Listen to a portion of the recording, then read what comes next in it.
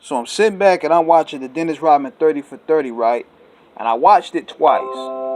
And I feel that this is possibly one of the most darkest and depressing documentaries I've seen produced by the 3030, next to Benji and Len Bias. This thing is so depressing and dark that they literally brought Jamie Foxx in the mix to possibly bright up the mood in a way, because he brought a comedic vibe to it just based off his presentation, because Dennis's childhood and his upbringing alone is depressing. Like, he talked about his rough bringing, about not being accepted by black people because he was too ugly, he was too skinny, he was gay.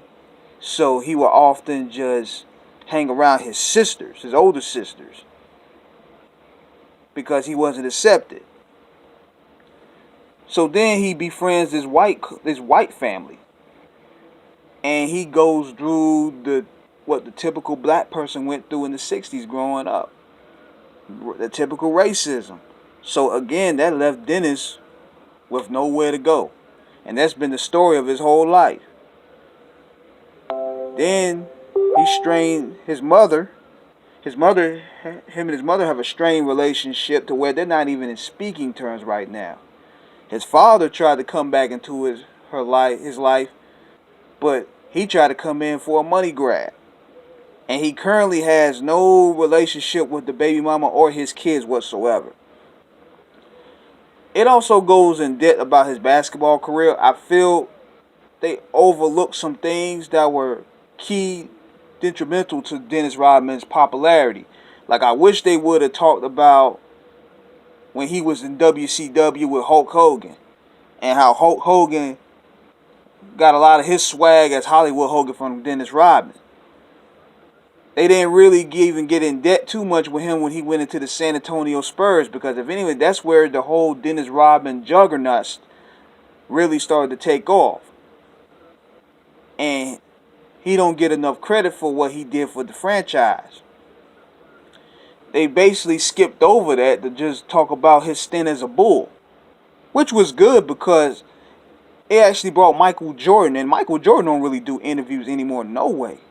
Michael Jordan don't even hardly come out for nobody. But they looking like, nigga, you owe Dennis this. He got you 3 rings, another 3-peat. You need to come out here. So it was pretty cool seeing Michael come out there and speaking on behalf of Dennis. And Michael also made it clear that Scotty didn't like Rodman. Rodman didn't like Scotty, but they somehow made it work. And it just showed the story of Dennis's career. Like, his happiness times was when he was a Piston, because he was with Chuck Daly. He felt that he was the father figure that he needed.